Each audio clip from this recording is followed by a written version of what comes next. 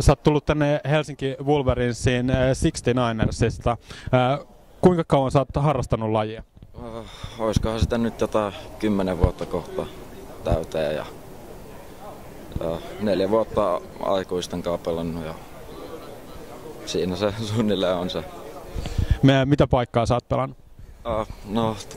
Corneria lähinnä ja sitten puolustuksessa niin kuin DP yleensäkin ja rissuu sitten, mutta siinä niin kuin lähinnä ne pelipaikat. Miten sä oot innostunut jenkkifudiksesta? En oikein osaa sanoa, että se oli vaan silleen niin kuin semmonen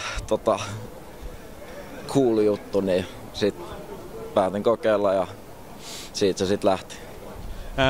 Tunsit sä jotain pelaajia tai miten sä päätit tulla Helsinki Wolverenesiin juuri?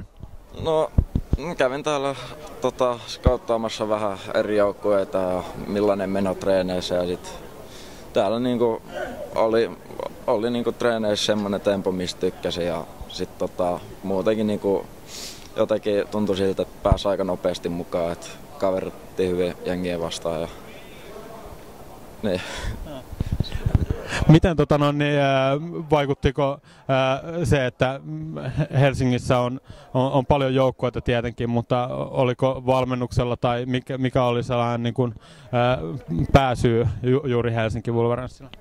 No pääsyy varmaan oli toi, että Rojo kysyi multa ja sitten Oskukin suositteli tänne tulemista, niin niiden messissä ja tiesin sit kuitenkin, että täällä toi niinku vanhoja joukkueenlaisia kanssa ollut ja kova joukkue kasassa, niin päätin sitten, että tää on mulle paras fitti. Minkälaisia tavoitteita sulla on itse pelaajana? No tavoite on silleen, että pystyis nyt ihan vaan tervehtyä kunnolla kaikista loukkaantumisesta ja pelaa vaan ehjän kauden.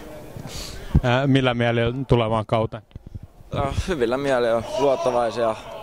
Luulen, että ollaan aika voittava joukkue ja tullaan pärjäämään ihan hyvin. Ja niin. Kenellä sä suosittelisit jenkkifudista? No sellaiselle, kuka tykkää niin kuin kovasta lajista, fyysisestä lajista ja mikä on niin kuin nopea tempoinen ja